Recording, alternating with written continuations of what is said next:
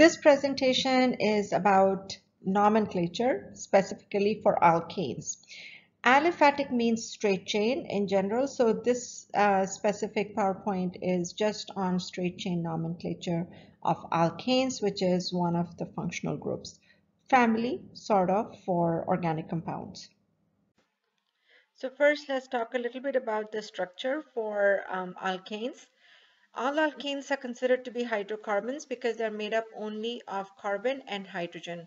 They're also called saturated hydrocarbons because they're only made up of single bonds. And because they're single bonds, you have to think about carbon as being sp3 hybridized. So all the properties that go with sp3 hybridization are what is followed by alkanes. Alkanes are also saturated hydrocarbons, which means that all the bonds are single here, and alkanes are also the open chain ones or open chain structures. We will talk a little bit later about cycloalkanes in which they are in a cyclic structure, but these ones are straight chain. Alkanes are also referred to as aliphatic sometimes as opposed to aromatic. Aromatic hydrocarbons are a different functional group, as you learned in your functional group. So alkanes are also referred sometimes as aliphatics. A little bit about organic structures before we go on, because from now onwards you will see structures in organic chemistry in different ways. So just a little review here. A molecular formula is just the number of atoms you have, and they're all given as a bunch, and so you really don't know what the structure will be like. A condensed structure is a little bit better. It's a little bit more, it shows a little bit the connectivity of each of the carbons to the different number of atoms that it has. And then in an expanded structure, you get to see all the carbons and the hydrogens, okay, in there. I couldn't draw out the carbons, but the carbons are all where these points are, okay, and then you show all the hydrogens in there. And then the line structure is when you don't show any carbon or hydrogen. So it's invisible, but they're all there. Okay, and so the way you figure out how many hydrogens you have is by looking at how many bonds you have on carbon. So if this is one bond on carbon, the rest of the three must be hydrogen. On this carbon, there are two bonds, so two must be hydrogen. So that's how you have representations. For most part, we represent in line structures because it's easier. You don't have to draw the hydrogens. But right now you will see all sorts of structures as we go on. Okay, so let's look at the nomenclature and go over some of the basic stuff that you would need for naming alkanes. First of all, let's look at the table on the left, which is a number of carbons and prefixes.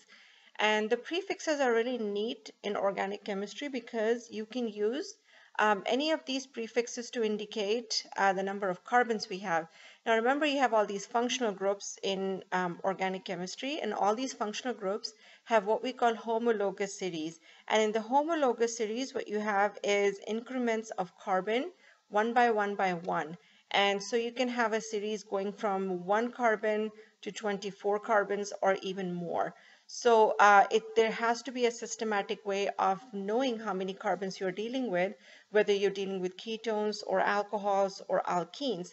And so this is a systematic way of doing things, okay? And so the number of carbons will give you a prefix, okay? And so that prefix is what you use then for all the compounds, all right? So for carbon 1, the prefix is met. For 2, it's eth. For 3 is prop.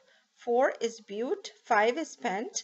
And after pent, it becomes a little easier because now it's based on math, okay, which means 5, 6, 7, 8, 9, 10, pent, hex, hept, oct, non, deca. Okay, and so this is how the prefixes would be. These prefixes are used throughout organic chemistry, so it should be all the same thing over and over again. Here are the names for alkanes, and you will see two things over here. Okay, and the ones that I want you to note is the prefix, which is the meth. For example, the meth indicates 1 carbon. The ane, which is considered to be the suffix, is coming for the family alkane. Okay, and so as the family changes, we will change the suffix. but the meth, eth, prop will stay the same depending on the number of carbons there are. So for alkanes, meth, eth, propane, methane, ethane, propane, butane, pentane, hexane, so on and so forth. Okay, and it goes all the way there. I need you to remember from 1 through 10. That's what's required for you from this. Let's start with the nomenclature then, okay? Actually looking at a big compound, okay, and see the rules that you need. So the first rule of any nomenclature is you find the longest continuous carbon chain, okay? So your carbon chain may be straight, it may be going up and down, it doesn't matter, but you find the longest continuous carbon chain first, okay? Then you number the carbons starting from the branching. Whether the branching is on the left side, right side, top, bottom, it doesn't matter, but that's where you will start numbering. When you look at branching, the branching has to do with any kind of an atom that might be attached, except for hydrogen, of course. But whether you have carbons or chlorine, whatever it is, that's where you would start the numbering, okay? The third thing is that wherever you start the numbering from, that probably is where you will have the suffix, okay? Now down here you can see these are the basic things, okay, that you need for any kind of a nomenclature. You need a locant, which is a number. You need a prefix, which tells you what kind of groups you have. The parent, which is the longest chain, and then the suffix, okay, which is the functional group. All right, that is how you have a breakdown for any kind of a nomenclature. So that's the suffix that we are talking about in number 3. Okay, the longest chain, number 1, that's the parent, okay, that we are talking about. The locants will come from numbering, okay, of all these things. So suffix is the functional group, okay, that we talk about. Then you start naming the groups that are attached, okay, for each of the numbers. So for example, if you have 2 branches coming out in the longest chain, you go ahead and name the 2 groups, okay, whether it is chloro or whether it's methyl, ethyl, and we will learn these names also, okay, but you name all of these groups that are attached to the chain. Once you have figured out all the names, then you go ahead and alphabetize the substituents. That's the key thing here in nomenclature, is that you do not do this chronologically, you do it alphabetically. All right, so for example, if you have chloro, methyl, then chlorine will come first and then the methyl group, okay? If you have 2 or 3 groups, then you will use di, tri, tetra, penta, whatever it might be, depending on what kind of substituents you have. So for example, if you have 2 chlorines, it would be dichloro. If you have 2 methyls, it would be dimethyl. If you have 1 chlorine and it's chloro, if you have 3 methyl, it will be trimethyl, so on and so forth. Okay, there is nothing like a mono in here. You start only from di. Okay, the di, tri, these things are not used for alphabetizing purposes. Okay, this is used only to tell you how many you have. So for example, if you had 2 methyl groups and would become dimethyl, that D is still going to come after C. Well, I guess that's not a good example, but if you had fluoro, then it will still come after F, okay, because technically the group is methyl and not dimethyl, okay. The di just tells you how many methyl groups you have, okay. So then finally, an IUPAC name can have up to 4 features, okay, which is the locant, prefix, parent, and then suffix, okay. These are the things that you need. Here's an example, okay. So here is a big long chain. This is where the branching starts because this is where the OH group is. If there was a hydrogen over here, we would start from the left-hand side. But because there is an OH here, this is where our branching is. So start from the right-hand side. This is 1, 2, 3, 4, 5, 6. Okay, so our parent is a 6 carbon, so which means a hex. Our suffix is the functional group, which is all. Okay, so hexanol. At least we know we have a hexanol. All right, and then you look for the branches, which 1, 2, 3, 4. On the 4th carbon, there is a methyl group. Okay, 4 is the locant, methyl is the prefix, 1 hexanol. The 1 tells you the location of the OH, and you're probably thinking, well, that's where we started the numbering from. But you still have to give the number, okay, just to be sure and be exact. Even if you said 4 methyl hexanol, it's not wrong because it's assumed that it's going to be on 1, but you should still write 1. Okay, IUPAC expects you to write 1 there. So then this name is 4-methyl 1-hexanol. Now please note here that between the number and the letter is a small dash. Between the letter and the number is a dash, and that's how you do it. Okay, so if we had two groups, then we have to use more dashes and some commas also, which will come up later on. But these are some of the rules for nomenclature. Okay, so this is for alkanes. By the way, what we're doing here, this is called the IUPAC nomenclature. People call it IUPAC. I just call it IUPAC. But this is the systematic nomenclature. Okay, and it is very systematic. Typically, if you have a name given to you, you can figure out exactly what the structure is. This slide is a keeper, okay, and this will be very helpful for you in the beginning. Later on, I know you will get used to it, but in the beginning, you really need to have this handy and memorize all of these, okay? You just have to. And as I said, it will come easy to you afterwards. Alkyl groups. These are the most common substituents, okay, that we have. All the other substituents that we'll come across, I will go over them one by one. But alkyl groups are very specific because you find them all the time. An alkyl group comes from alkanes. Okay, you remove one hydrogen and it becomes YL at the end. So alkane minus one hydrogen is equal to alkyl. All right, so as soon as you see an ill anywhere, it means that it is attached to something and it is an alkane-like thing minus one hydrogen. Okay, so these things are called substituents. And a lot of these alkyl groups, most of them will go only up to 4 carbons, okay, because after that it starts getting complicated. So we try and limit it only to 4 carbons, sometimes 5. There's only one for 5 because after that there is another way of doing it. But these are up to 4 carbons, okay, and so the first one, this is the methyl group. Remember, CH4 is methane, so minus 1 hydrogen will give CH3. This little dash here indicates that this group is actually connected to something. So this is called a methyl group. Methane, methyl. Okay, so that's what this group is called. Now the short form for this group is Me. This is written just like any kind of a chemical symbol, which means that the first letter is capitalized and the second symbol is not capitalized, it's small case.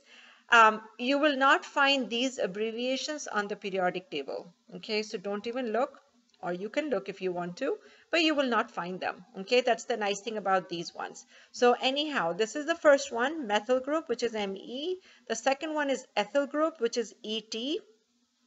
Remember over here, this should have been CH3, CH3, but it's actually CH2, all right, minus one hydrogen. The next one is the propyl group. Okay, with propyl group now there are two things possible. Okay, the two things that are possible with propyl is that you can have the connection at the end carbon or you can have the connection at the middle carbon. Okay, which means instead of the connection here, you can have the connection here. Now these two then, these are called constitutional isomers, okay, of each other. And even though these are alkyl groups, these are still constitutional isomers because they share the same molecular formula. So, but we have to give different names to this. So the first one, which is a straight chain, is called the N-propyl, normal propyl. And the one that is coming out in the middle, or that's connected in the second carbon, is called isopropyl. And the short forms of these are NPR and IPR. Okay, now the I here is a small case because that only shows how the linkage is. The actual group is actually PR, okay, the propyl group. What I've also given you over here are some line structures of how these things are drawn out. For methyl group is just one straight line. Okay, I didn't want to draw it out and confuse you, so it's just one straight line. For ethyl group, there are 2 carbons and here it is connected right here. And then here for propyl, for N-propyl, it will be 1, 2, 3 carbons connected right here. Okay, so this bond, this belongs somewhere. Okay, it's broken, poor thing. And then here we have the isopropyl. In case of the isopropyl, see the connections in the middle. And I want you to look at this V, okay, kind of a thing, because wherever you see this kind of a V, that means it's an iso kind of a group, all right? Okay, so these are up to 3 carbons.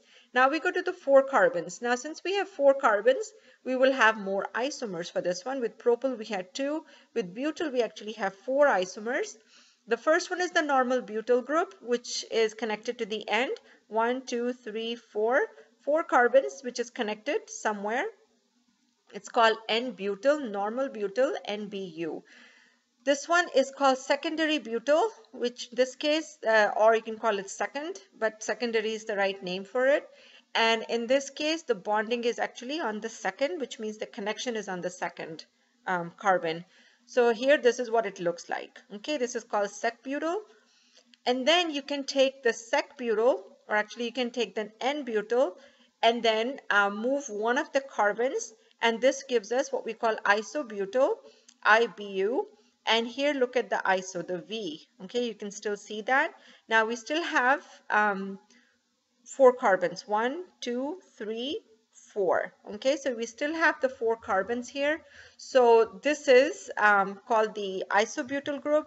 And then finally, this is called the tertiary butyl group, which actually looks like a T. So the T-butyl really goes well with it. Okay, so I've drawn this in a proper angle, but otherwise this would be a perfect T. Okay, and that's the T-butyl group. And then finally here we have a neopentyl group, and I drew this out just so that you kind of know what this is, but typically we don't have that many alkyl substituents for 5 carbons. Okay, this is the only one that is used a lot, and this is 1, 2, 3, 4, 5. So neopentyl, the way I remember neo is of course from matrix. Okay, so anyhow, it's like T-butyl except one more carbon, okay, over here. What we have on the left hand side are phenyl groups, okay, and these are coming from benzene. Benzene is C6H6, okay. Benzene minus 1 hydrogen gives us C6H5. So again, just like an alkyl group, benzene can also be connected to something, and this is what it would look like, okay, where you have a benzene and a bond coming out, which means that this is connected somewhere, okay. This is just with the ring, but these two are the same things. C6H5 connected somewhere, and then the most short form of a phenyl group is PH, okay, and these are called phenyl group, all right. If you want to be a die-hard chemist, then a die-hard chemist draws their benzene like this, which is the symbol phi.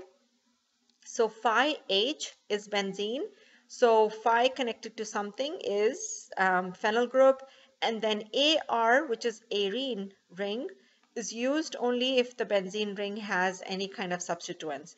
If it does not have any substituents, which means if it's just a plain old benzene ring, then you would use pH, okay, for that. These are all the alkyl substituents that you need for organic, and please memorize all of this. There is one more nomenclature that I will do for all of these in one of the later slides.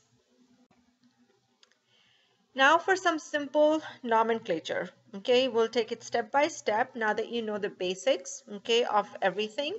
So let's take it small steps, okay, at a time. So here we have this compound given to us. Now usually if you have this kind of a structure given, remember this is kind of like an expanded structure, but not quite, okay. So the best thing to do is make it a line structure, okay, so you can see things clearly and you can see the longest chain that way. So this one is the longest chain is 1, 2, 3. It could also be 1, 2, 3, or it could be 1, 2, 3. So in no matter from where you count, it's still 3 carbons. So let's just take it the horizontal way. Okay, 1, 2, 3. On the second carbon, you have a methyl group coming out. So it becomes 2-methyl propane. Now note, there is no space between methyl and propane. There is a dash between 2 and the alphabet, all right, but no space between methyl and propane. If you leave a space, it's not terribly wrong because it kind of looks odd when you say it, but the thing is, well, once you get used to the naming, then you know that this is methyl and that's propane, all right. Okay, here is another one. And now this example here is about numbering, okay, where you start the numbering from. So here are 2 options for you, okay. Once you draw this compound in the line structure, you can see that the branching starts from the right hand side, Okay, so which means that this numbering 1, 2, 3, 4, 5, this is the correct one. This will be incorrect, 1, 2, 3, 4, 5, because you should start numbering from where the branching starts, okay, not from the other side. So 1, 2, again on 2 there is a methyl group, so 2-methylpentane. That will be the name for this and not 4-methylpentane. Initially, when you're working on nomenclature, I'm going to give you some wrong names. So that way you get to practice and see what is wrong with a name, okay? Because if you keep seeing the right names all the time, then you sometimes don't know what you're doing wrong. So I will give you some wrong ones also, okay? So you can figure out what's wrong with it. These examples over here are again about numbering, okay, and how you do that. Now in this case, we have two substituents. In the previous slide, we had one substituent only, but now we actually have two substituents. Your fundamentals should still be the same, which means that you figured out the longest chain, which is 1, 2, 3, 4, 5, 6. It could be 1, 2, 3, 4, 5, 6 going up also, but it's still the 6, so keep the horizontal one as your main one. Now, since you have two substituents over here, you have to decide where am I going to start numbering this chain from the right hand side or from the left hand side. And because the branching is from the right hand side, you will start numbering from the right. Okay, so 1, 2, 3, 4, 5, 6, not the other way, not 1, 2, 3, 4, 5, 6, because here your substituents will get a higher number. Okay, your substituents should always have lower numbers possible. Okay, that is the rule of IUPAC. So now you have two substituents, both of them are methyl groups. So you give the two locants where they're located. So 2, 4. All right, so they're located on the second carbon and the fourth carbon. And since you have two of the methyl groups, you will write dimethylhexane then. Hexane is your parent chain. Okay, that's the base. Between 2 and 4, you have to put a comma. So between two numbers, you have to put a comma. And again, number and letters are separated by a dash. You have to say di, by the way, okay? Just because you're saying that you have 2, 4 doesn't mean that you have 2. You have to say 2, 4 dimethyl, not 2, 4 methylhexane, okay? The di is necessary over here. Okay, so this is about this compound. This example over here is for when you have a different substituent. Okay, then when do you, where do you start numbering and how do you write it out? Okay, so in this case, you have a long chain and the long chain is of 7 carbons. Again, we can count it 1, 2, 3, 4, 5, 6, 7. We can have 1, 2, 3, 4, 5, 6, 7. Again, since both of them are 7 carbons, we should keep the horizontal one at our base because that is easier, okay, to remember. The two groups that you have are a methyl group and an ethyl group, okay, over here. Now, you have to figure out where am I going to start numbering from? Is it the left or the right? So you look at the substituents. Where is it coming out first? 1, 2, 3, and you have an ethyl. 1, 2, 3, and you have a methyl, all right? So what you will do is choose the ethyl first because it comes alphabetically, okay? So in this case, the third carbon is where the substituent is, okay? So the only question now is, do I start on the left and the right? And if you start from the right, then you're breaking the rule of alphabetization, okay? So alphabetization first, okay, because they are equidistant from either side. So which means 3-ethyl, 5-methylheptane. So in this case, what you do is you obey the two rules, which is that your alphabetization is correct as well as you get the lower numbers also for the group. Okay, so this name here starting from the right hand side is not correct. Okay, you have to give the lower number to the lower alphabet. Okay, that's how it goes. Now in this case, we have a little bit more substituents. Okay, so here we still have the ethyl group and we have the two methyl groups.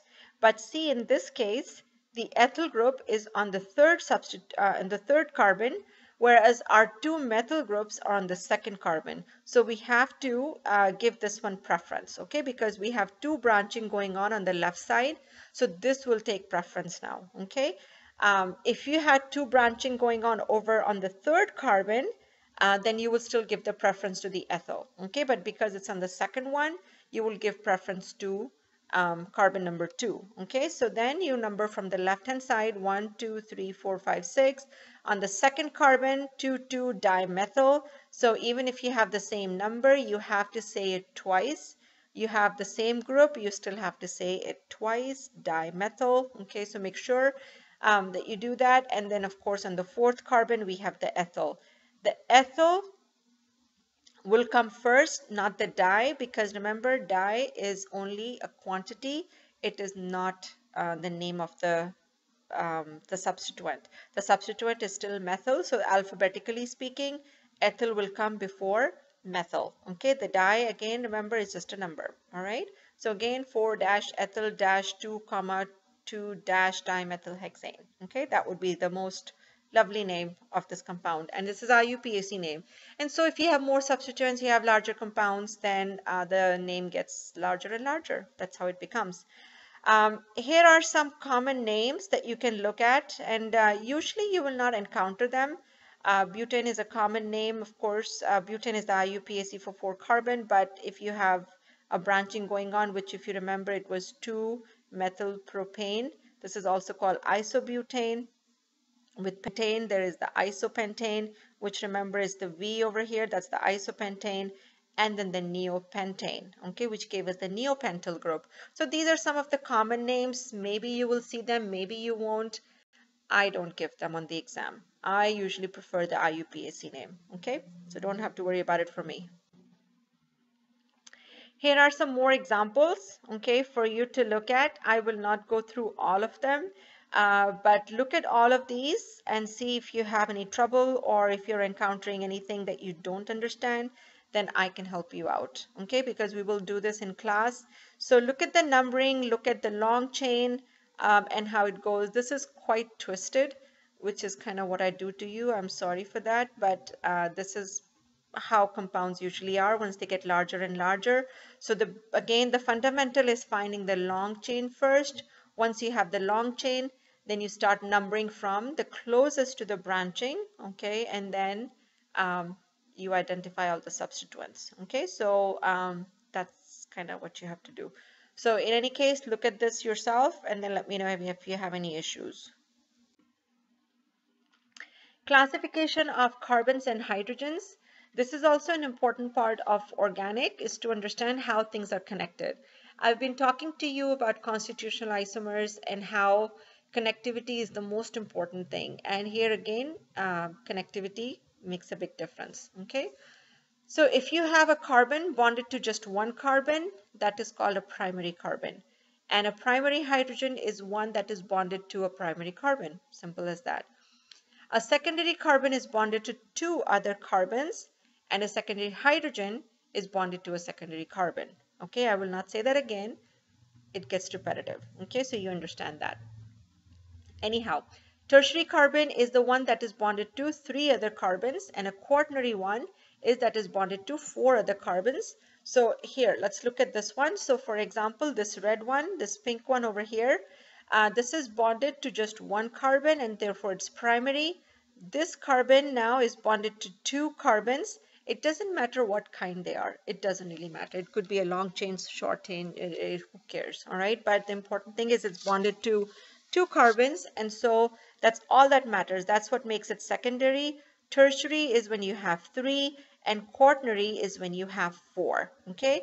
Now, for the hydrogens, this is a primary carbon, these are primary hydrogens. Secondary carbon, secondary hydrogens. Tertiary carbon, tertiary hydrogen. Quaternary carbon, no hydrogens, okay, because carbon already has the 4 bonds.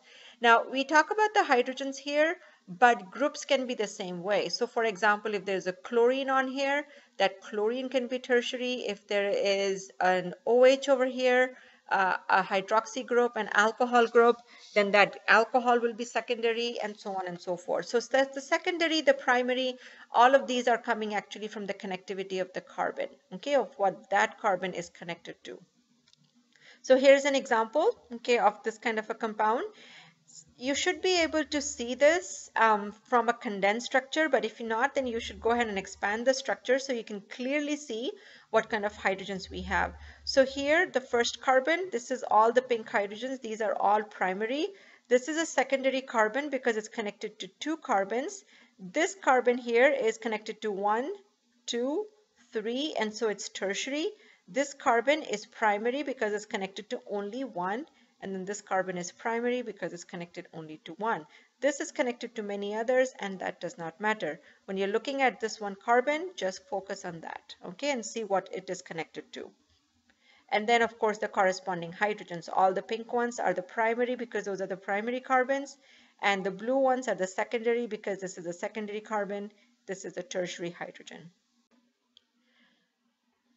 This slide is a little bit about some general nomenclature. In organic 1, we are focusing more on alkanes, alkenes, and alkynes, but you will still encounter some alcohols and some haloalkanes. So you need to know a little bit about the nomenclature of that. Not a whole lot, but at least you should be familiar with it. So the next few slides are just to make you familiar with all organic nomenclature. So when you come across something, you're not completely shocked, okay, as to what is this? I've never seen this before, okay? So I don't want you to think like that. I want you to take it systematically and then figure out what these names are, okay?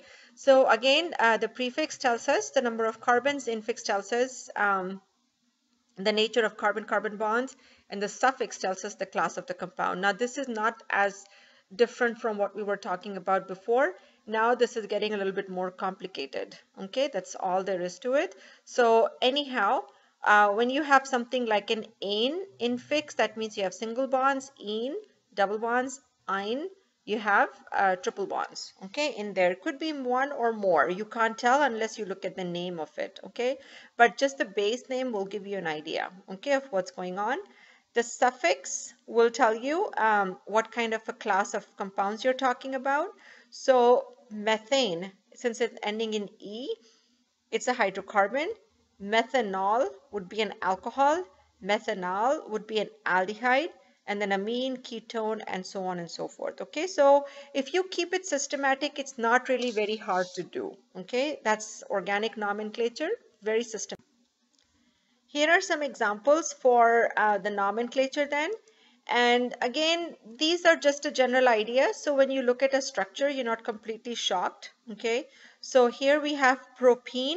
So when you look at propene, you know you have prop, 3 carbons, ene, and alkene group. Okay, now it doesn't really tell you where the alkene is, and that is because there's only 2 locations for it, which will still give you the same compound. But when we get to alkene nomenclature, we'll have to specify where the double bond is. Right now, this is just a general idea. Okay, then ethanol.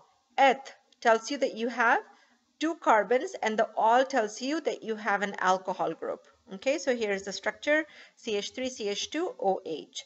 Butanone, without looking at the structure, you should be able to say that you have 4 carbons, and on is for a ketone. Okay, so that's what the structure would look like. Butanal, but, 4 carbons, al would be for an aldehyde. Okay, aldehydes are terminal, so you don't have to number them. That's the nice thing about aldehydes. The same thing goes for carboxylic acids. Carboxylic acids are terminal.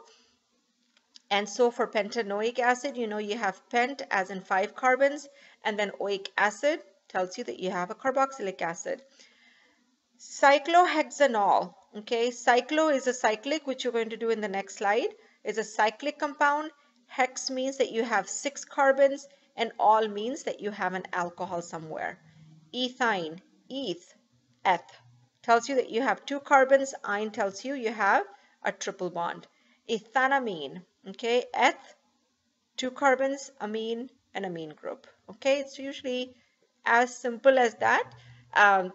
There are a few other things that we have to talk about as we go through nomenclature, but otherwise, keep it simple. One last thing to mention about alkyl groups and their nomenclature is an alternate way of naming. Okay, and this is IUPAC accepted. The other one is also IUPAC accepted. So for example, if we have isopropyl group, Isopropyl is IUPAC accepted. Okay, however, there is another name for it, which is called the 1-methyl ethyl. And here what we do is wherever it is connected, that carbon is numbered 1, and then you take the longest chain from there, which is in this case 2 carbon chain, and then whatever substituent is attached to that, that is named. So on the first carbon, there is a methyl. The longest chain is ethyl. Now remember, this is not ethane. This is still ethyl, okay, because this is connected. And usually you would write this in brackets because it shows that it is actually connected to something and not independent on its own, because it's not, okay, it cannot exist on its own. It has to be connected to something. Let's take another example here for butyl, and butyl groups are really well served by this because it eliminates all sorts of connectivity problems. Okay, so we have 1, 2, 3 as the longest chain, and that is because the connection is right there. The branching starts over here, but remember, this has nothing to do with the branching. This numbering has to do with the connection. So if the connection is here, then the numbering start from that carbon. So find the longest chain, 1, 2, 3. So which means that the base is propyl, and on the first carbon there is a methyl coming out, so it's 1-methyl propyl. Okay, so sec-butyl can also be called 1-methyl propyl, and isobutyl can also be called 2-methyl propyl, and a T-butyl group is then called 1,1-dimethyl ethyl. Okay, so that's an alternate way of naming alkyl groups. Now I mentioned to you before that usually we don't have groups for 5 carbons, and that again is because if you have sec-pentyl or isopentyl, it becomes a little confusing. So in those kind of cases, this nomenclature is very helpful. For butyl group, there is no other name because there is no branching, so you don't have to worry about that, but I wrote it out just so that you kind of know this. What you should learn from this PowerPoint presentation is how to identify the longest chain, because if you don't do that, then your name is going to be wrong for the alkane. So identify the longest chain, whether it's going straight or up and down, sideways, whatever it is, okay? Learn all the substituents, ethyl, methyl, T-butyl, all the substituents, you have to memorize all of them, okay? So make sure that you're able to do that. Of course, name all the straight chain alkanes from all of this. The fundamentals of nomenclature, which is the prefix and the suffix, and how to number things, these are very basic concepts for nomenclature. You're going to use them all the time. So the sooner you learn these things, the more comfortable you will be in future also, okay, for nomenclature.